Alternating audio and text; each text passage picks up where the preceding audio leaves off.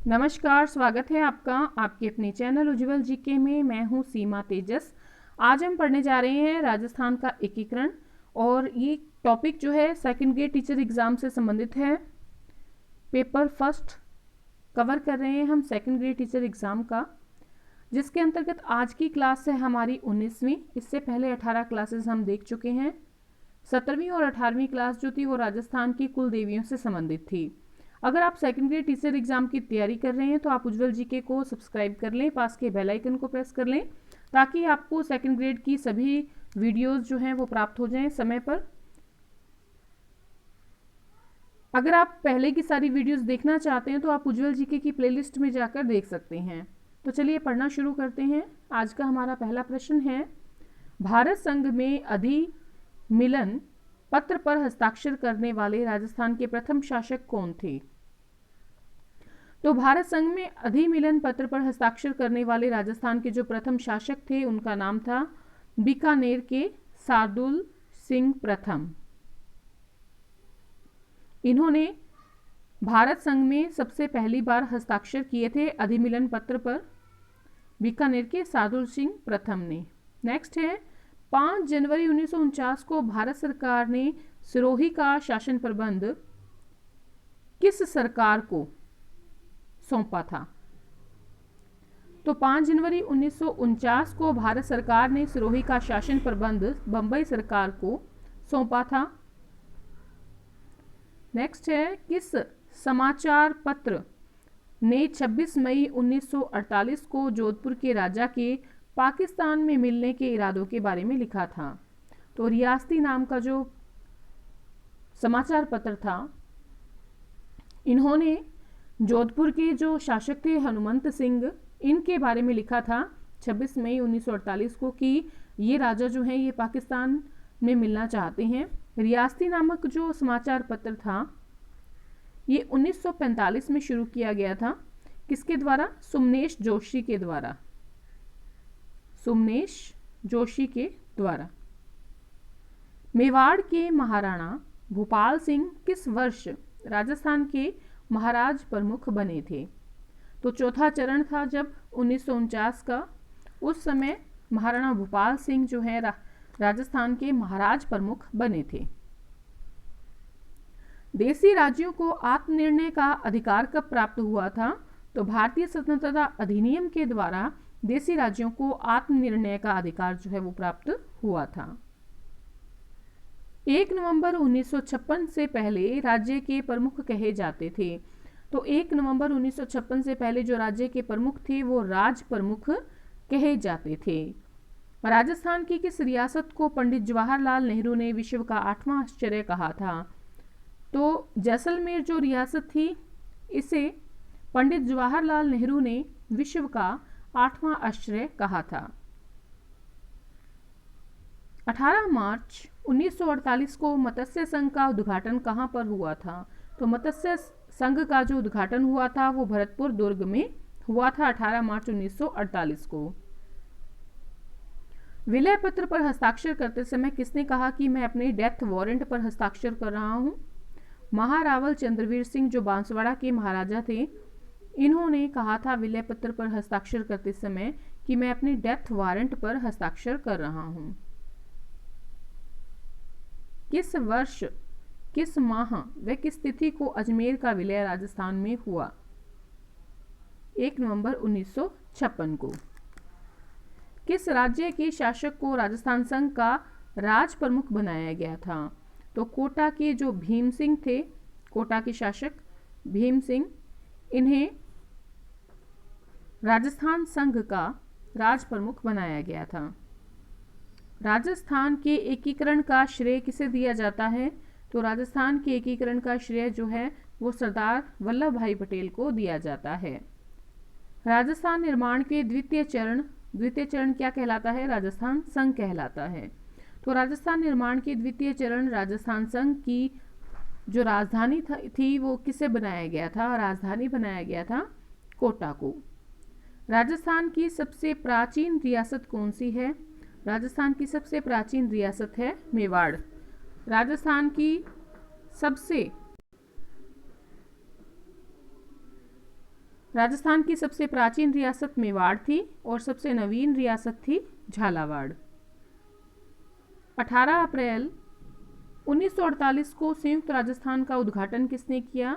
जवाहरलाल नेहरू ने किया था 18 अप्रैल 1948 को संयुक्त राजस्थान का उद्घाटन। मत्स्य संघ का राजस्थान में विलय कब हुआ? तो मत्स्य संघ का राजस्थान में विलय हुआ था 15 मई 1949 को। वृहत्तर राजस्थान का उद्घाटन किसने किया? वृहत्तर राजस्थान का उद्घाटन किया था सरदार वल्लभ भाई पटेल ने। क्षेत्रफल की दृष्टि से राजस्थान की सबसे बड़ी रियासत कौन सी है? क्षेत्रफल की दृष्टि से देखा जाए तो मारवाड़ की रियासत जो है वो सबसे बड़ी रियासत है। और अगर सबसे छोटी रियासत की बात की जाए तो सबसे छोटी जो क्षेत्रफल की दृष्टि से राजस्थान की रियासत है वो है शाहपुरा। मत्स्य संघ का निर्माण हुआ तो अलवर, भरतपुर, करौली, धौलपुर और नीमराणा ठिकाना को मिलाकर मत्स्य संघ का निर्माण हुआ। अलवर, भरतपुर, करौली, धौलपुर, नीमराणा ठिकाना को मिलाकर मत्स्य संघ का निर्माण हुआ। मत्स्य संघ के प्रधानमंत्री की बात करें तो शोभाराम कुमावत बनाए गए मत्स्य संघ के प्रधानमंत्री। मत्स्य संघ कब बना? तो मत्स्य संघ जो बना था वो बना था 18 मार्च 1948 को। वृहत राजस्थान में मत्स्य संघ का विलय किस समिति की सिफारिश पर किया गया? मत्स्य संघ का विलय वृहत राजस्थान में शंकर राव देव समिति की सिफारिश पर किया गया। संविधान के किस संशोधन द्वारा ए एवं बी श्रेणी के राज्यों का भेदभाव समाप्त कर दिया गया? तो 7वें संविधान संशोधन के द्वारा ए एवं बी श्रेणी के जो राज्य थे उनका भेदभाव समाप्त कर दिया गया। 2 क्षेत्रों के विलय के साथ 1956 में राजस्थान का एकीकरण पूर्ण हुआ। वे थे आबू, देलवाड़ा और अजमेर। इन 2 क्षेत्रों को मिलाकर राजस्थान का जो एकीकरण था वो 1956 को पूर्ण हुआ था। मत्स्य संघ का राज प्रमुख किसे नियुक्त किया गया? मत्स्य संघ जो है ये पहला चरण था, प्रथम चरण, और इस प्रथम चरण का राज प्रमुख नियुक्त किया गया धौलपुर के महाराजा उदय भान सिंह को। उदय भान सिंह, इनको मत्स्य संघ का राज प्रमुख नियुक्त किया गया। ये धौलपुर के महाराजा थे। आज़ादी के बाद जोधपुर के कौन से शासक अपनी रियासत को स्वतंत्र इकाई रखना चाहते थे? तो महाराजा हनुमंत सिंह अपनी रियासत को एक स्वतंत्र इकाई रखना चाहते थे। भारतीय स्वतंत्रता अधिनियम 8 के आधार पर अपना स्वतंत्र अस्तित्व रखने वाली रियासतें कौन सी थी? मेवाड़, मारवाड़, जयपुर एवं बीकानेर। ये चारों रियासतें जो थीं ये अब एक स्वतंत्र इकाई, एक जो है स्वतंत्रता अधिनियम जब 8 था उसके आधार पर स्वतंत्र अस्तित्व रखने वाली रियासतें थी। 30 मार्च 1949 को वृहत राजस्थान का उद्घाटन किसने किया था? सरदार वल्लभ भाई पटेल ने किया था। 30 मार्च 1949 को स्थापित वृहद राजस्थान या वृहत राजस्थान के प्रथम जो प्रधानमंत्री थे वो कौन थे? प्रथम प्रधानमंत्री थे वृहद राजस्थान के हीरालाल शास्त्री। राजस्थान दिवस कब मनाया जाता है? तो राजस्थान दिवस मनाया जाता है 30 मार्च को। एकीकरण के विलय पत्र पर सबसे अंतिम हस्ताक्षर किसने किए थे? उदय भान सिंह धौलपुर ने किए थे।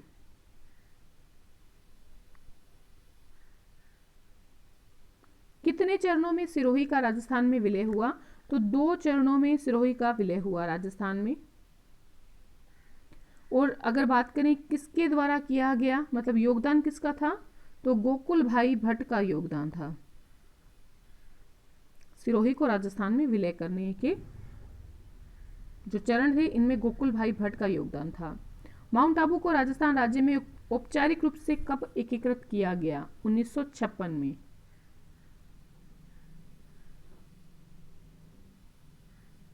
स्वतंत्रता के पश्चात राजस्थान के पहले एवं एकमात्र प्रधानमंत्री बनाए गए हीरालाल शास्त्री।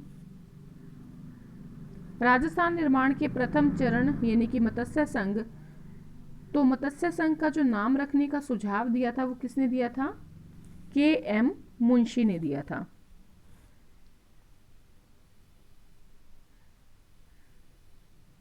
अठारह अप्रैल 1948 को गठित संयुक्त राजस्थान के राज प्रमुख किससे बनाया गया?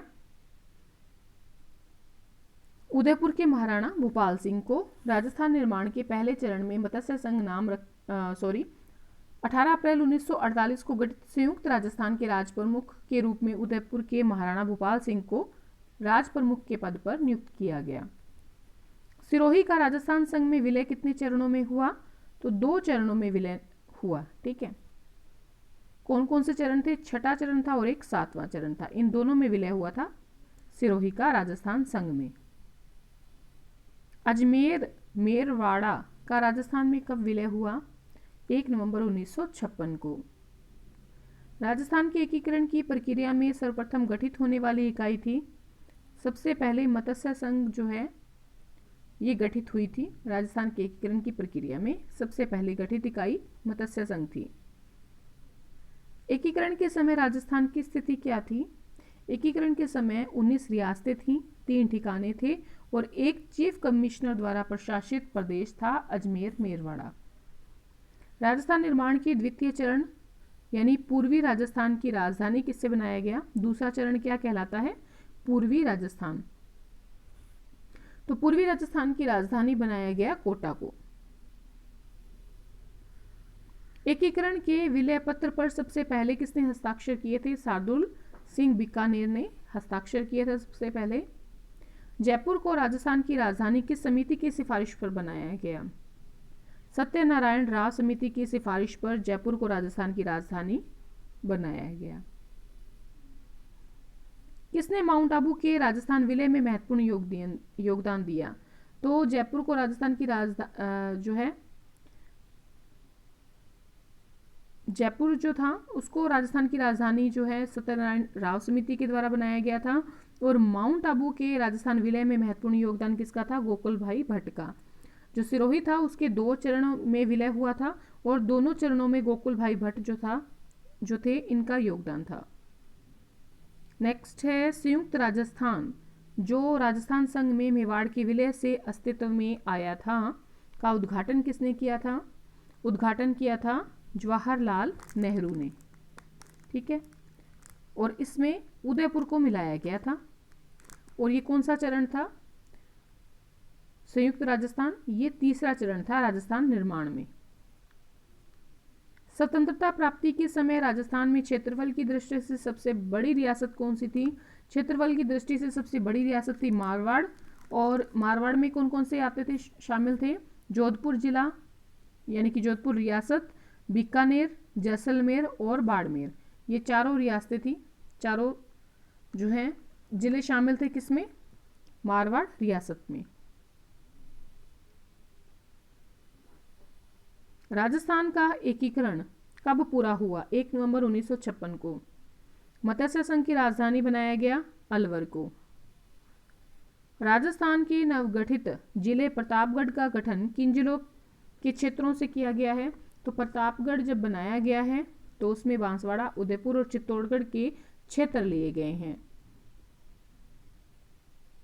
राजस्थान के एकीकरण के 7वें चरण में किन क्षेत्रों को सम्मिलित किया गया? अजमेर व आबू को। किस वर्ष केंद्र शासित प्रदेश अजमेर मेरवाड़ा राजस्थान में मिला? 1956 में। राजस्थान का पूर्ण एकीकरण किस तिथि को हुआ? 1 नवंबर 1956। ये रिपीट हो गया क्वेश्चन। राज्य प्रमुख के स्थान पर राज्यपाल का पद किस संविधान संशोधन द्वारा सर्जित किया गया? 7वें संविधान संशोधन के द्वारा सर्जित किया गया। 30 मार्च 1949 को वृहद राजस्थान के गठन के समय अजमेर किस श्रेणी का राज्य था?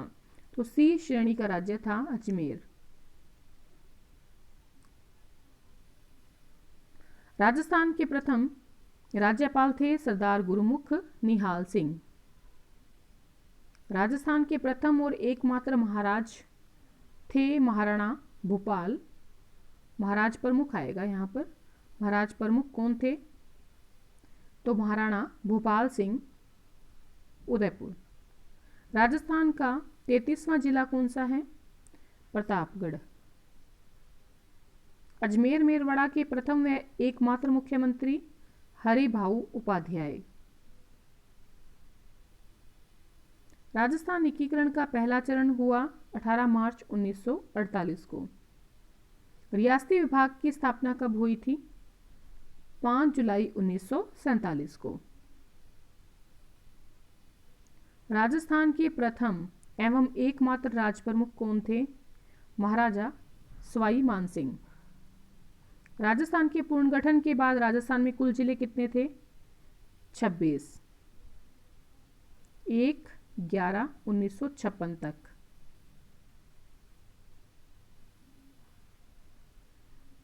स्वतंत्रता के बाद देश की देशी रियासतों का एकीकरण किनके प्रयासों से संभव हुआ? तो देखिए, सरदार वल्लभ भाई पटेल का नाम तो सभी जानते हैं, उनके साथ वीपी मेनन का नाम भी शामिल है। राजस्थान निर्माण के तृतीय चरण संयुक्त राजस्थान का उद्घाटन किसके द्वारा किया गया? जवाहरलाल नेहरू के द्वारा। आजादी के समय राजस्थान में कितने चीफ कमिश्नरेट क्षेत्र थे? एक ही क्षेत्र था, अजमेर मेरवाड़ा। किस रियासत ने भारत में विलय हेतु सबसे पहले विलय पत्र पर हस्ताक्षर किए? बीकानेर। कब किए थे? तो 7 अगस्त 1947 को साधु सिंह ने हस्ताक्षर किए थे। भारतीय स्वतंत्रता अधिनियम 1947 की किस धारा में कहा गया है कि देशी रियासतें या तो भारत या पाकिस्तान के साथ मिले या अपना स्वतंत्र अस्तित्व बनाए रखें? तो ये कहा गया धारा 8 में। वृहत्तर राजस्थान 30 मार्च 1949 जो कि चौथा चरण था, इसका उद्घाटन किसने किया था? सरदार वल्लभ भाई पटेल ने किया था।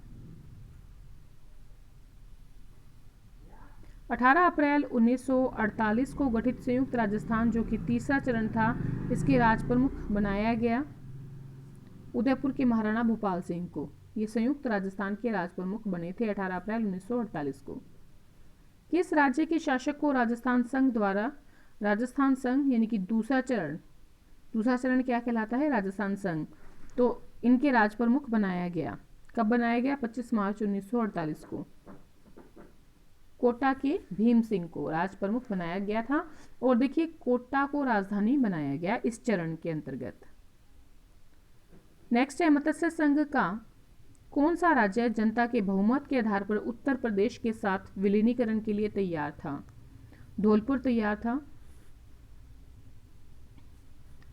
राजस्थान के राजनीतिक एकीकरण की प्रक्रिया में कुल कितना समय लगा? 8 वर्ष 7 माह 15 दिन या 14 दिन। 15 दिन या 14 दिन इसलिए क्योंकि जो सबसे पहला चरण था वो 17 या 18 जो है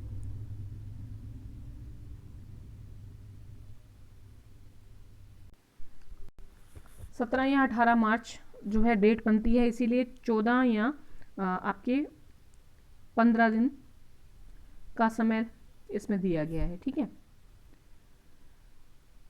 जब मत्स्य संघ बनता है तो 17 या 18 मार्च उसकी डेट है, दोनों डेट ही सही है, तो उस हिसाब से 15 दिन या 14 दिन बनते हैं।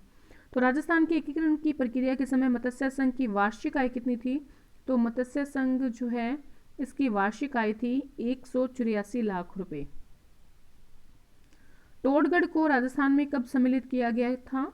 टोडगढ़ को राजस्थान में 1956 को शामिल किया गया था। तो आज के थे ये महत्वपूर्ण 76 क्वेश्चन। अगर आपको वीडियो पसंद आई है तो एक शेयर जरूर करें अपने मित्रों में, कमेंट करें और एक लाइक करें।